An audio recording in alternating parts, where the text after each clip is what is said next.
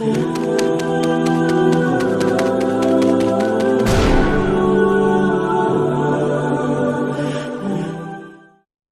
تبارک و تعالی جب مسلمان کو توفیق دے اور اللہ کی بارگاہ کی جانب وہ رجوع کرے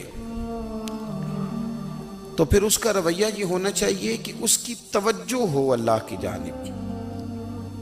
ہمارے ہاں تسبیحات پڑھ لی جاتی ہیں اگر کبھی موقع ملے، لیکن وہ خاص انہماک، وہ خاص شوق، وہ خاص ذوق اللہ تبارک و تعالیٰ کی عبادت کا، ایک ہوتا ہے نماز پڑھنا، ایک ہوتا ہے اہتمام کے ساتھ نماز پڑھنا، یعنی ذرا وقت پہ اٹھنا، ذرا صحیح کر کے وضو کرنا، ذرا شوق سے مصلی بچھانا۔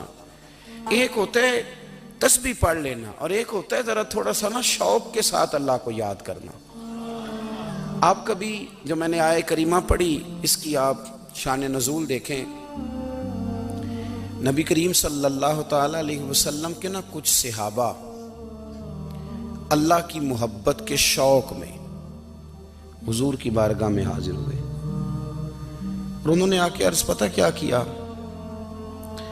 عرض کرنے لگے یا رسول اللہ صلی اللہ تعالیٰ علیہ وسلم سالوں بیت گئے ہیں سجدے کرتے ہوئے، حضور سالوں بیت گئے ہیں تسبیح پڑھتے ہوئے، سالوں بیت گئے کہتے ہوئے کہ سبحان اللہ وہ پاک ہے، ہمیں سالوں بیت گئے یہ کہتے ہوئے کہ اللہ اکبر وہی سب سے بڑا ہے، سالوں بیت گئے کہتے ہوئے کہ الحمدللہ ساری تعریفیں اللہ کے لیے، سالوں بیت گئے اس کی تسبیح کرتے، تحلیل کرتے، تکبیر کہتے، حضور اب نہ ہمارا اپنے رب سے ملنے کو جی چاہتا ہے، کبھی یہ حقیقت منتظر نظر آنا لباس مجاز میں، لاکھوں سجدے تڑپ رہے ہیں میری جبین نیاز میں، اور اقبال کہنے لگے کہ تیرے عشق کی انتہا چاہتا ہوں، تو میری سادگی دیکھ کیا چاہتا ہوں، میرا ذرا سا تو دل ہے مگر شوق اتنا، میں وہی لن ترانی سنا چاہتا ہوں،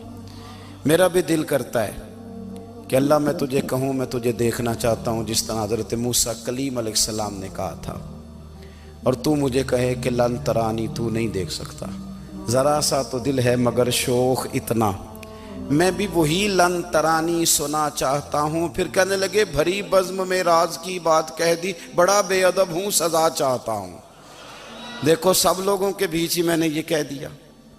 میرے عزیز صحابہ نا شوق میں، کتنے سارے لوگ ہیں آپ، کتنی ماشاءاللہ بڑی تعداد میں آپ آئے، ہم بھی کبھی اس شوق میں گئے ہیں کہ ہمارے رب کو دیکھنے کو دل چاہتا ہے، ہمارا جی چاہے وہ کبھی ہمیں ملے۔ حضرت عبداللہ ابن عمر رضی اللہ تعالیٰ عنہ حضرت عمر کے صاحبزادے، مکہ مکرمہ میں ان کی قبر ہے، میں نے جب انہیں پڑھا تو مجھے ان سے بڑا پیار ہو گیا، لیکن آپ کو پتہ ہے وہاں جا کے کسی شخص کا مزار تلاش کرنا یا پوچھنا ایک مشکل کام ہوتا ہے۔ تو ایک دفعہ میں مکہ شریف میں حاضر تھا تو ایک گاڑی والا ڈرائیور مجھے کہنے لگا کہ مولانا میں آپ کو جانتا ہوں، مجھے آپ سے محبت ہے، ایک بات بتاؤں آپ کو۔ میں نے کہا بتاؤ۔ کہنے لگے حضرت عبداللہ ابن عمر کی قبر دیکھنی ہے۔ میں نے کہا یہ تو نہیں کہہ رہا، یہ کسی نے بندوبست کرایا ہے، یہ اللہ نے تیرے دل میں بات ڈالی ہے، یہ ہو گیا تو لے چل مجھے۔ حضرت عبداللہ ابن عمر کو نبی پاک نے فرمایا تھا راجل صالح، یہ نیک بندہ ہے، یہ متقی آدمی۔ حضرت عبداللہ ابن عمر رضی اللہ تعالیٰ عنہ سیدنا فاروق اعظم رضی اللہ تعالیٰ عنہ کے صاحبزادے ہیں، اور ان کی ہمشیرہ سیدہ حفصہ رضی اللہ تعالیٰ عنہ حضور کی زوجہ محترمہ۔ ایک دن اپنی ہمشیرہ سے کہنے لگے کہ نبی کریم صلی اللہ تعالیٰ علیہ وسلم گھر میں آئے نا، اور اگر حضور غم امت میں پریشان نہ ہوں، طبیعت کو حشاش بشاش دیکھو تو ذرا پوچھنا تو صحیح حضور کا میرے بارے میں کیا خیال ہے، پوچھنا تو صحیح کہ کریم کی بارگاہ میں میرا کیا مقام ہے، میرے بارے میں حضور کیا فرماتے ہیں۔ اب بہن کو کام بتائے اور بتائے بھی بھائی، اور پھر بہن وہ کام نہ کرے، یہ تاریخ میں ہوتا نہیں۔ حضرت عمر فاروق رضی اللہ تعالیٰ عنہ کی صاحبزادی ام المومنین رضی اللہ تعالیٰ عنہ فرماتی ہیں کہ میں تو بس منتظر تھی، انہوں نے تو کہا تھا نا کہ اگر تم حشاش بشاش دیکھو تو بات کرنا، لیکن حضور تشریف لائے، میری باری تھی, میرے گھر تشریف لائے, کھانا پیش کیا تو فوراً میں نے عرض کی حضور ایک بات پوچھنی تھی. تو حضور نے فرمایا پوچھئے. میں نے عرض کی حضور میرے بھائی عبداللہ ابن عمر کے بارے میں آپ کا کیا خیال ہے؟ نوجوانوں میری بات پہ غور کرنا, میرے بھائی کے بارے میں آپ کا کیا خیال ہے؟ تو نبی کریم صلی اللہ تعالیٰ علیہ وآلہ وسلم نے میری طرف دیکھا اور پھر حضور زیر لب تھوڑا مسکرائے. اور بریلی کے امام کہتے ہیں کہ حضور مسکرا دیتے تھے نا تو جو بڑا دکھی ہوتا تھا وہ بھی ہنس پڑتا تھا. اب سوال پیدا ہوتا تھا کہ پھر تو اس مسکراہٹ کے لیے انتظار کرنا پڑتا ہوگا کئی مہینے کہ حضور مسکرائیں تو رونے والے ہنسیں. تو اعلیٰ حضرت فرماتے نہیں, انتظار نہیں کرنا پڑتا, یہ مسکراتے رہنا تو حضور کی عادت ہے. جس کی تسکین سے روتے ہوئے ہنس پڑے اس تبسم کی عادت پہ لاکھوں سلام. یعنی یہ تو عادت ہے حضور کی مسکراتے رہنا, اس کے لیے انتظار نہیں کرنا پڑتا. بھائیو آپ خیال رکھیں گے, غور کریں گے. حضرت عبداللہ ابن عمر رضی اللہ تعالیٰ عنہ کے بارے میں پوچھا تو سیدہ فرماتی ہیں کہ نبی کریم صلی اللہ تعالیٰ علیہ وسلم نہ زیر لب مسکرائے اور فرمایا حفصہ تیرا بھائی ہے تو اچھا, لیکن میں نے سنا ہے کہ عشاء کی نماز پڑھتا ہے تو فجر تک سویا ہی رہتا ہے.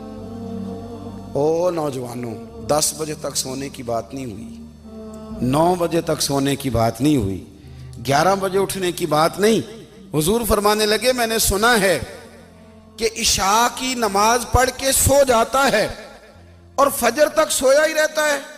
اسے چاہیے کہ تہجد کے وقت اٹھا کرے, اللہ کی بارگاہ میں حاضر ہوا کرے, آہوزاری کرے, سجدے کرے, عبادت کرے. اٹھتا ہے اور فجر میں جا کے اٹھتا ہے. حضرت جناب حفصہ رضی اللہ تعالیٰ عنہ کہتی ہے میں نے جناب عبداللہ ابن عمر کو پیغام دیا اور میں نے کہا میرے جوان بھائی سن. نبی پاک نے فرمایا ہے تو اچھا پر تہجد میں نہیں اٹھتا, نفل نہیں پڑھتا. او میری ملت کے جوانوں, مزہ نہیں آ جاتا جب ساری دنیا سوئی ہو, ساری دنیا, اور بستر بھی گرم ہو اور نیند بھی پورا غلبہ کر رہی ہو, اور اچانک گھنٹی بجے دماغ میں, آنکھ کھلے, گھڑی پہ نظر پڑے, 3:30 4 بجے کا پیغام گھڑی بتائے, اور کوئی چڑھتی جوانی والا اٹھ کے وضو کرے, اور جب وہ مصلی کھول کے بچھائے تو مدینے والے محبوب کہتے ہیں کہ ہر نماز پہ رب ثواب دیتا ہے, اور جو اٹھ کے تہجد کی نماز پڑھے اسے دیکھ کے تو رب مسکراتا ہے. جو اس کی شان کے لائق ہے, جو اس کی شان کے لائق, وہ مسکراتا ہے, خوش ہوتا ہے کہ میرا بندہ تہجد میں اٹھ گیا, وہ مسکراتا ہے. کاش ہماری صبحیں کبھی اپنے مالک کے نام ہو جائیں.